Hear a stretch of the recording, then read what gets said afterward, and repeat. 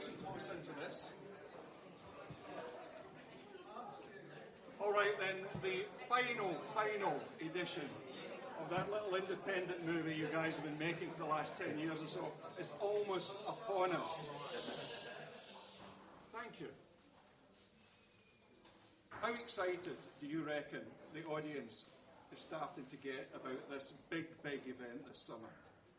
You must be getting the bubble all the time, the buzz. David? We are. It's amazing. I mean, the response to the trailer has been just incredible. You think it was the first time they'd seen anything from Harry Potter. It's extraordinary. It's humbling. I mean, ultimately, you have we're in our own little bubble making the films, so you don't really, have a sense of the outside world. Occasionally we go on the internet and see the response to the trailer, but, I guess we'll find out in a couple of months. At the moment, we're doing visual effects and 3D and mixing, but we're almost at the finish line. Yeah. And Bonnie, is this a kind of strange limbo period for you, or have you been through the limbo and have you now moved on to other things? Yeah, I think it's always, that period when we finish and we're waiting for the, to unveil it not only to us but to the audience is always quite that sort of unknown period, and it's just really exciting for all of us, and I think it is really finally going to hit us when the credits roll up at the premiere in London that it's the end, so not looking forward to that bit. Okay, we'll take a few questions before we'll let you go and start to celebrate. Julia? Yes, before you go and celebrate, you guys got a lot to celebrate recently, haven't you? I don't know. Bonnie. Yes, I guess. It's mainly. So congratulations. Yeah, congratulations, Bonnie. Hey. He's very lucky. Yeah. He is very lucky. How does it feel to you? Yeah, it's fun. I think, I don't know, I guess it's, at the moment, with me finishing Harry Potter, there's so much things that we're all up to, so it's really exciting to, I think, at this age for us, there's so much things that we're doing, so it's just nice to share that with someone. Come on. Yeah. Wedding inspire you? Not really. Although I did love it, and I watched every minute of it. Back to the movie, That's a film, yes. guys.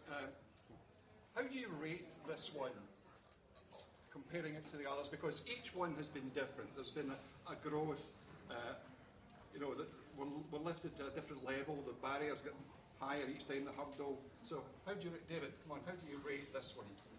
Gosh, I don't really view, this one's better than this one. No, but in a way, what this one is this is the conclusion. We're finally coming to the end, and Harry and Voldemort are going to go at it. Finally, it's something we've been building to. And if the first film was in some ways more intimate, this is a real epic, operatic entertainment. And yet, still, there is what I love most about Harry Potter, for all its magic and all its fantasy. There's still sort of the tender, wonderful character moments that I think makes the films what they are. But I think it's going to be a really, I know, for me, it's something I'm hugely proud of, and I think we do bring the series to the conclusion that Joe and the fans so richly deserve.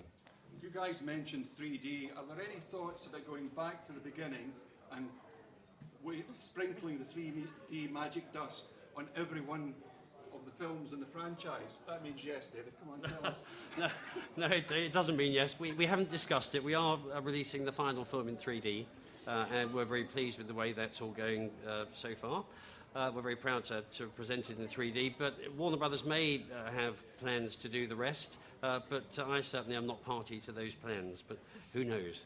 We're at the moment reviewing the DVD for doing the 3D Blu-ray for HP7 Part 1, and obviously we're doing the film for Part 2, but nobody's mentioned anything to us about the rest, but...